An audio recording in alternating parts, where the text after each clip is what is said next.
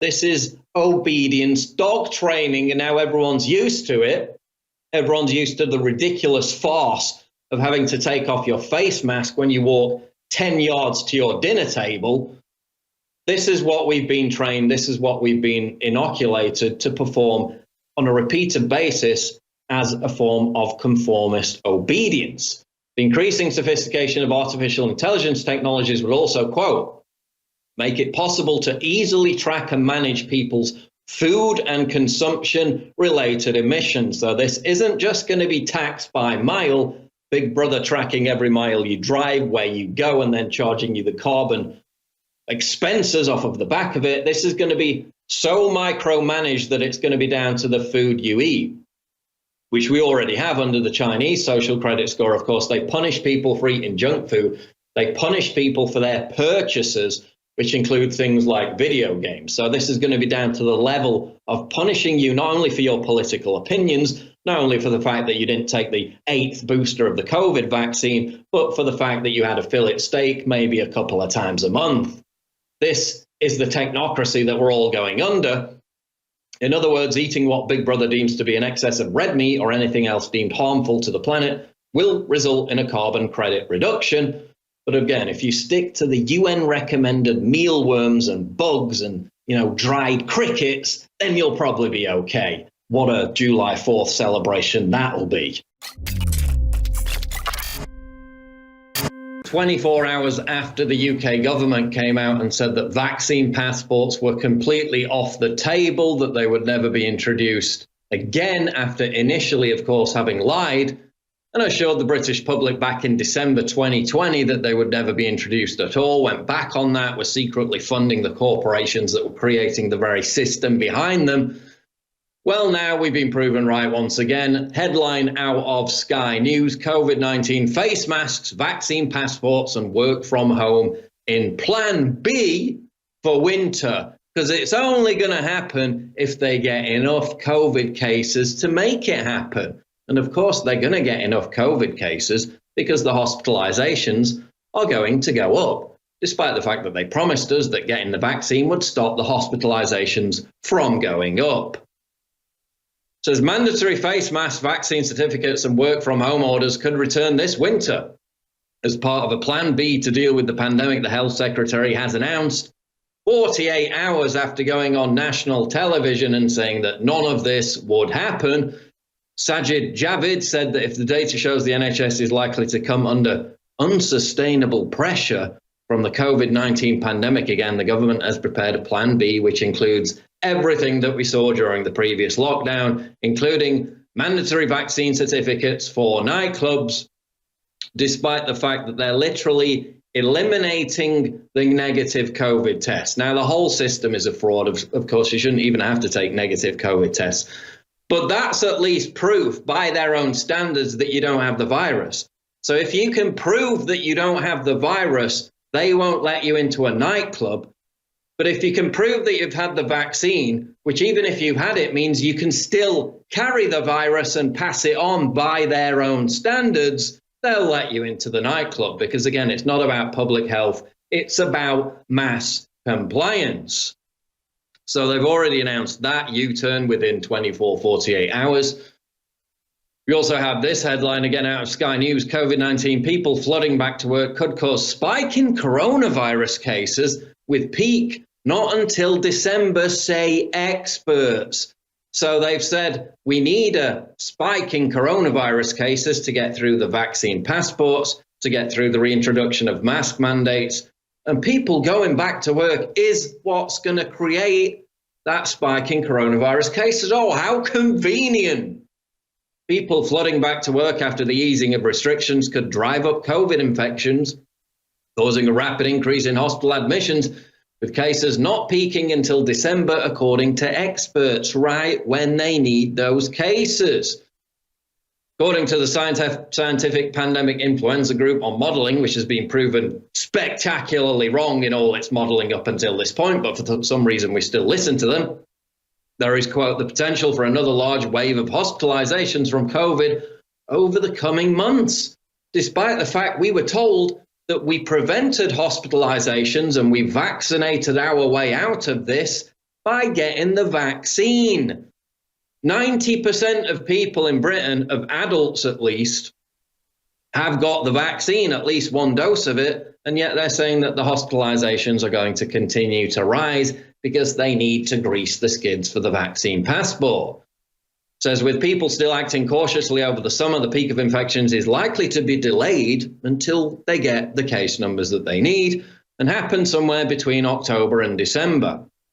Remember, we had the story last week where they've already formulated the plan to have another lockdown at the end of October when they get these case numbers high enough. Because, of course, they count COVID cases as anyone who died within a 28-day period when it says their record had COVID. They could get hit by a car, they could commit suicide, jump off a building, but if they had COVID within the month period, it's a COVID death and it's counted as a COVID death.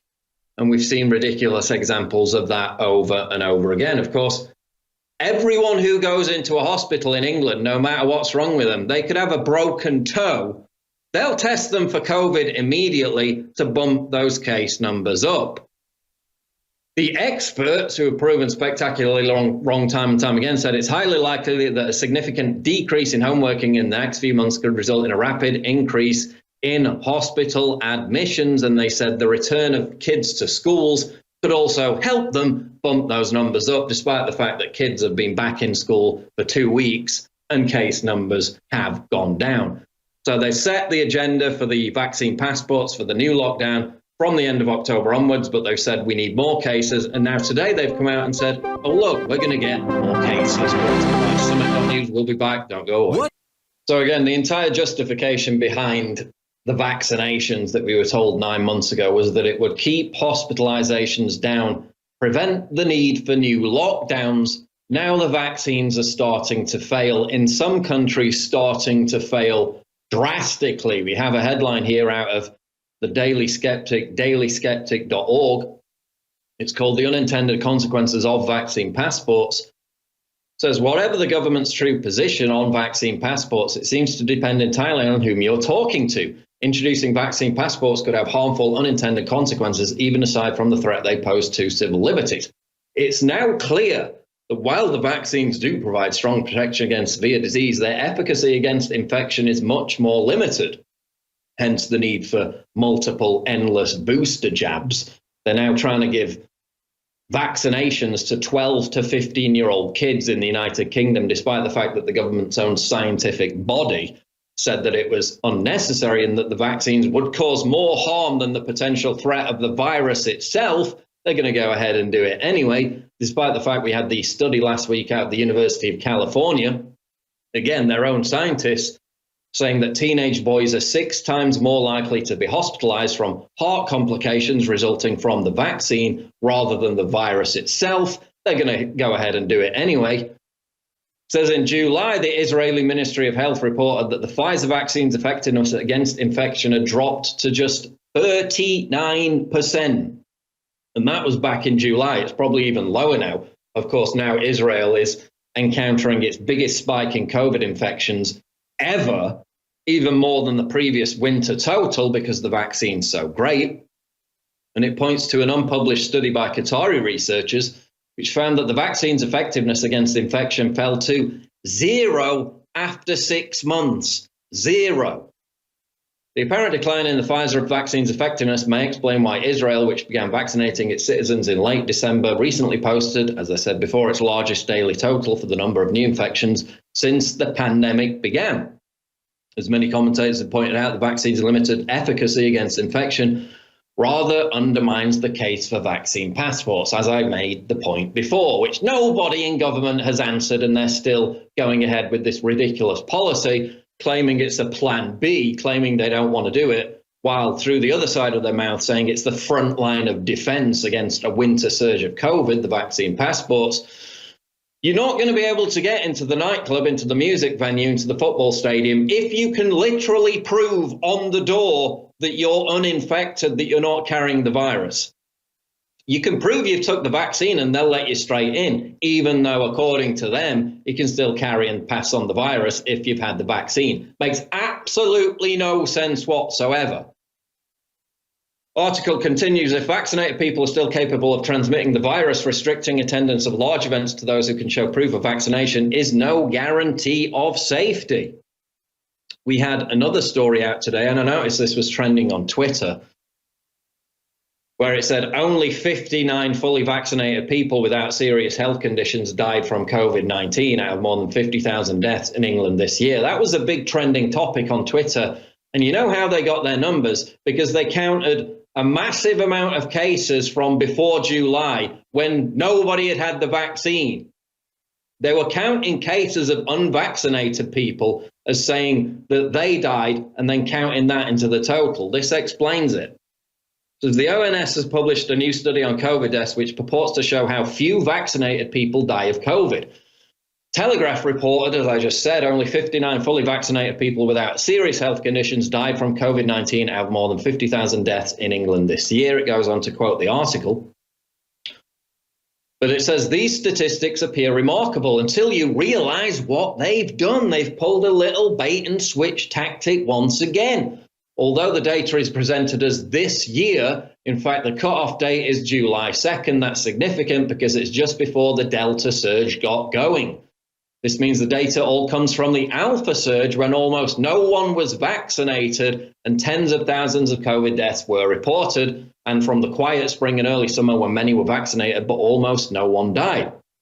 Comparing the number of deaths in the vaccinated and unvaccinated over this period and presenting it as a percentage is meaningless, and to imply it tells us anything about the effectiveness of the vaccine is misleading.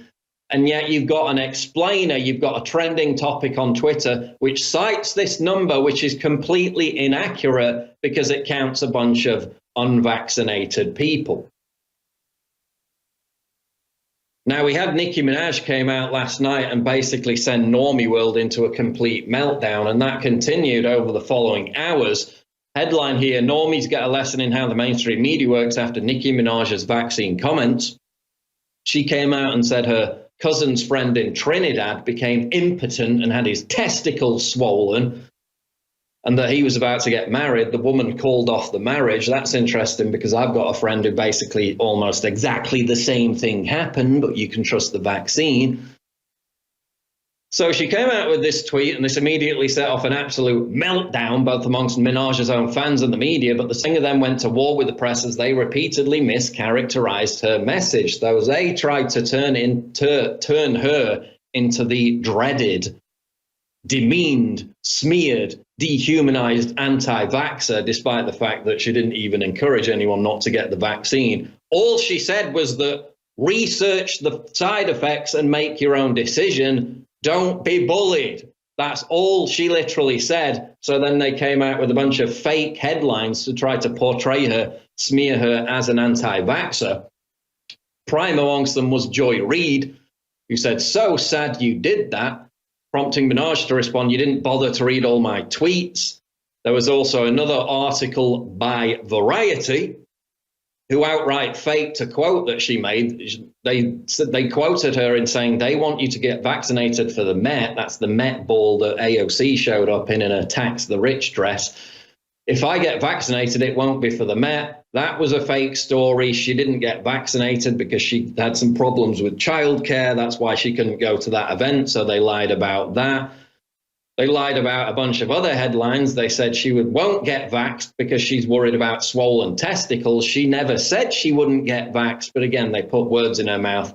They smeared, they twisted the facts, they twisted her comments.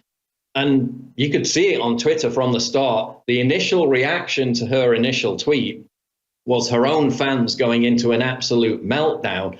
Then over the course of the next few hours, they saw that she was getting attacked by the mainstream media for stuff that she didn't even say, and they were twisting some of the other stuff that she said. And then her own, let's be honest, rabid, obsessive fan base then kind of came back over to her side. So a very informative lesson for a bunch of normie Nicki Minaj fans about how the mainstream media treats anyone, particularly any celebrity who dares deviate even 1 inch from the orthodoxy, from the official narrative on these vaccines. That's why all these celebrities will proudly wear their "I got vaccinated" stickers.